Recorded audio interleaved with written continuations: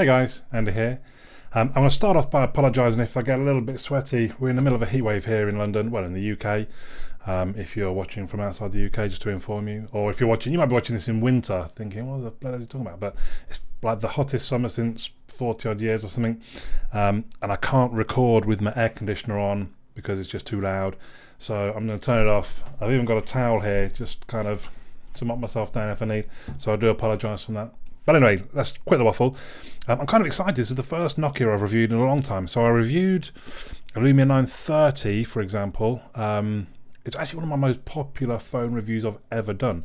It was a Windows phone, and it was entitled Lumia 930 Review by an Android Fan. And I got a lot of hate for it, basically. The Windows fanboys were quite against me reviewing their devices. But it went to 75,000 views at the moment, I think. No one really watches it now. It's quite an old phone, but it went quite big basically. But I had more thumbs downs on the two sort of Windows phone reviews, probably than if you add all of the other videos up together. Even though I thought it was quite good hardware, and even the software wasn't that bad. Anyway, so Nokia's an interesting company because the history goes back to 1865. Obviously not making mobile phones, but the company itself, Finnish, I forget actually.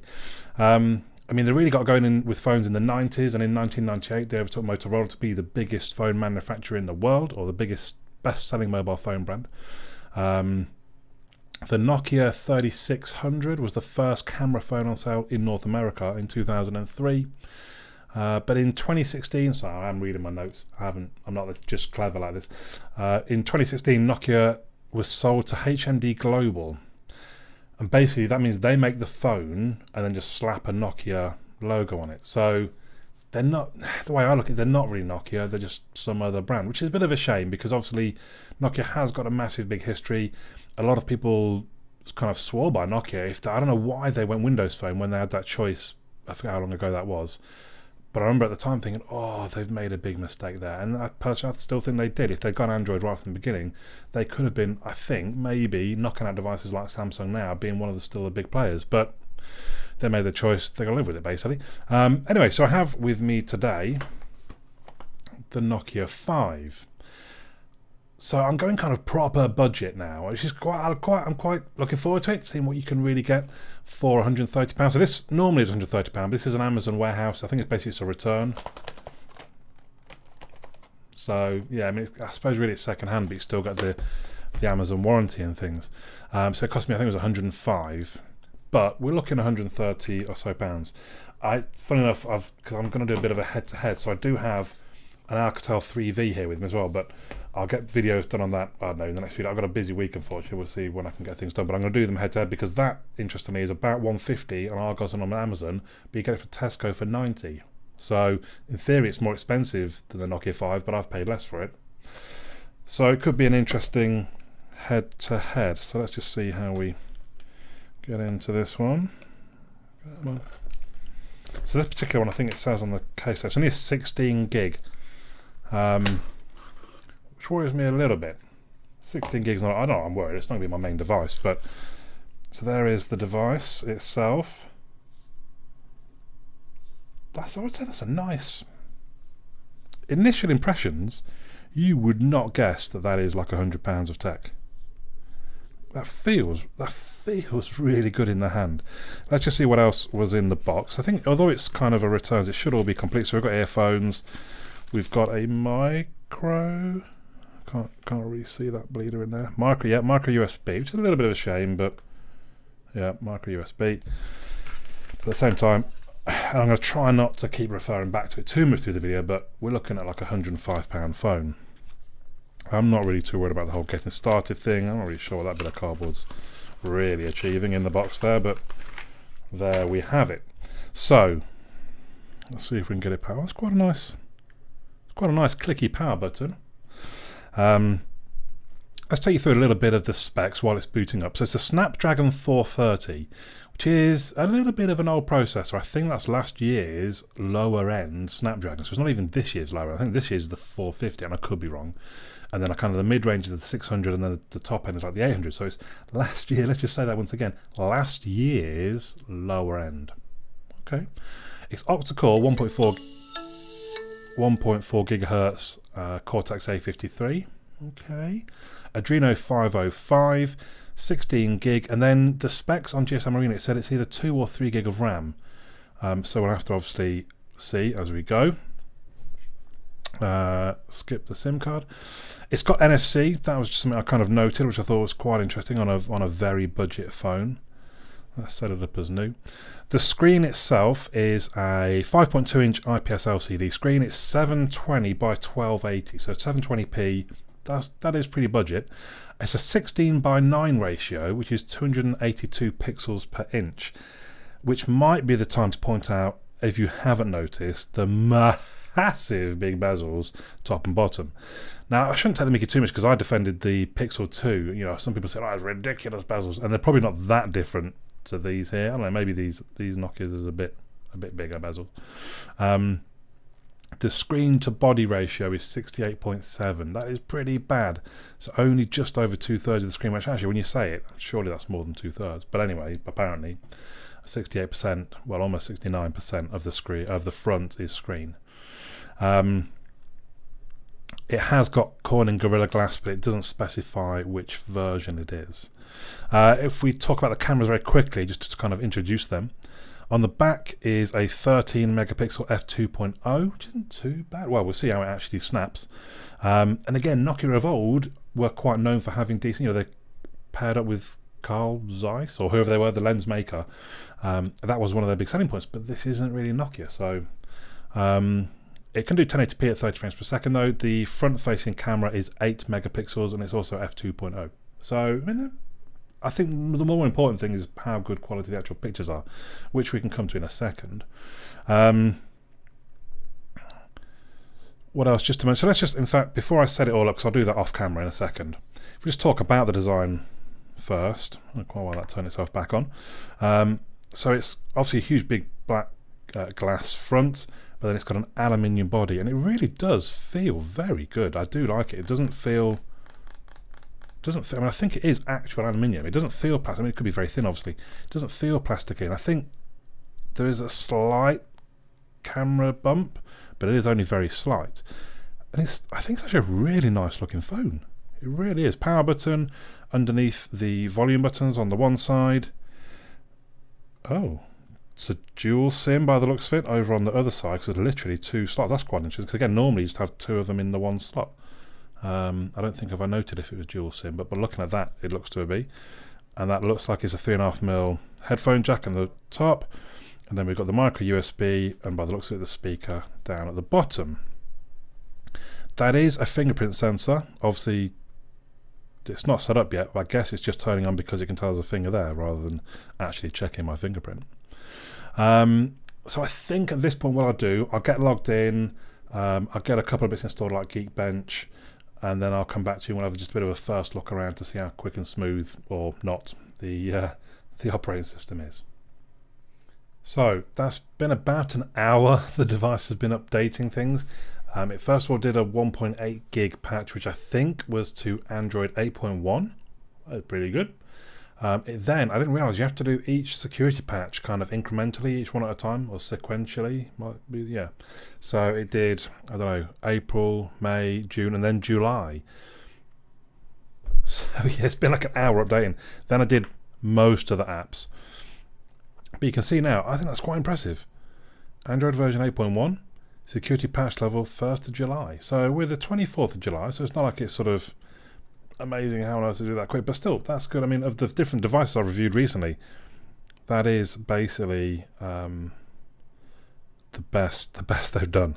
That's just, I think that's really quite impressive. And the other thing I noticed, as you might see now, it's really very sort of, it's just stock Android. I love it. Stock Android on like £100 device.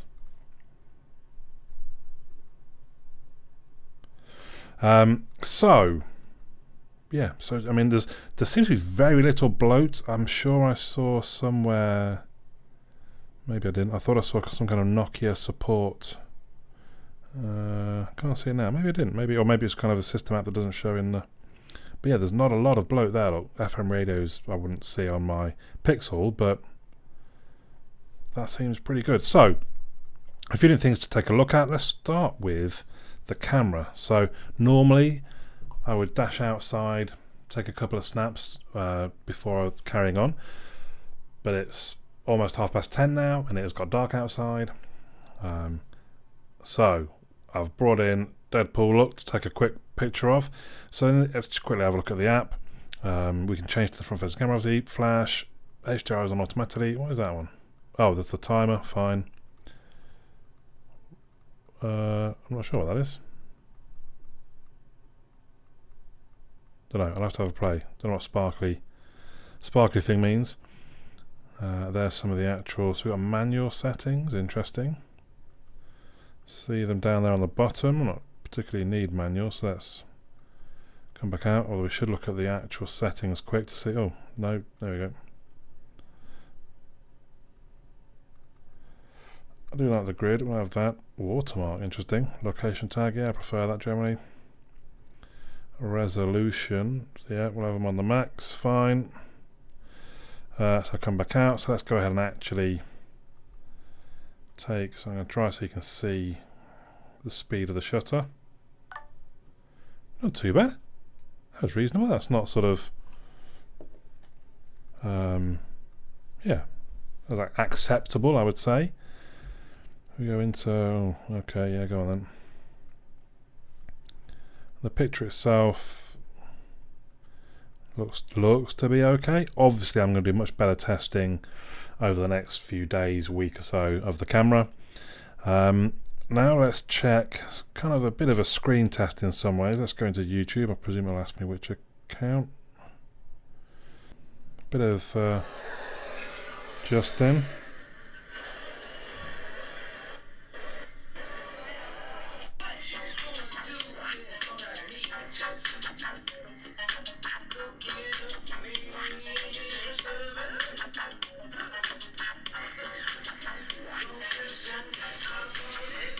So, I don't know why I can't.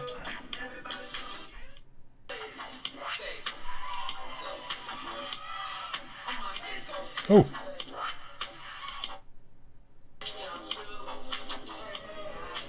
Right.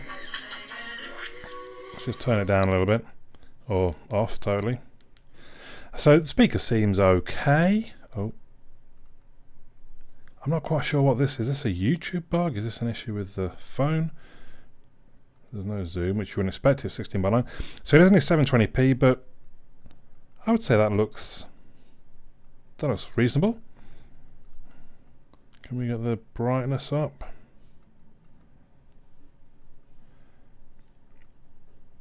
So I don't know how good a video. I mean, I'm not even sure what video I'm watching now. To me, it seems a reasonable screen. Let's go back to this one I had on a second ago, but that seems quite bright. That seems reasonably sharp to me. I do think we get carried away with the whole pixel sprint thing, whereas actually a 720p screen, I think that's okay. I'd love to do maybe some like blind testing. So, okay, which is the 720p screen, which is 4K or whatever, and can people really see the difference? I don't know. So, speaker, yeah, seems reasonable. Screen, I think the screen looks pretty good. Let's turn the brightness down a bit again. Obviously, I'm going to do more testing for the actual review. But, I don't know, first impressions for £100 and something phone. I'm really liking it. Maybe I'm being a bit biased because it's got stock Android on it, but I've not installed. So let's go. Oh no, it's not in there. It's in my files now. Come back. So that confirms for us there. Yeah, 2 gig of RAM, 1.4 Adreno 505. Let's go ahead and run the benchmark. So as usual, I'm not going to make you watch the whole thing. We're going to come back in a second. So here we go, and the results are in 3098. I don't think that's too bad. What have I recently done? My Moto G6 scored 4,339, I think, and that's a £240 phone. So I think 3098. I mean, obviously the real test is just the fluidity of the OS, and actually,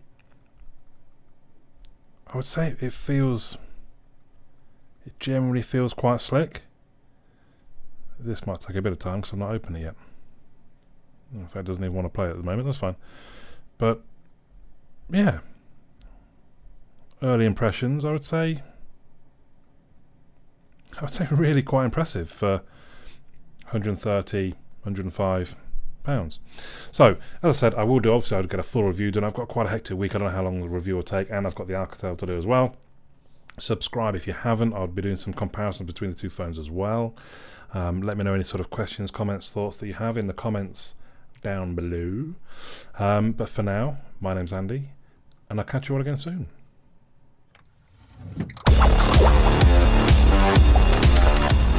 Well done, and thank you for making it to the end of the video. Hopefully you enjoyed it. If you did, you might want to click the little fellow that should hopefully appear about here to subscribe. You may also want to check out some of my other videos, which are going to appear somewhere there. Also, come and have a look at my website, androidandy.uk. There is also a forum. Come and say hello on the forum. If you've got any questions about things, or request me to review things, or anything else, just come and have a chat on the forum.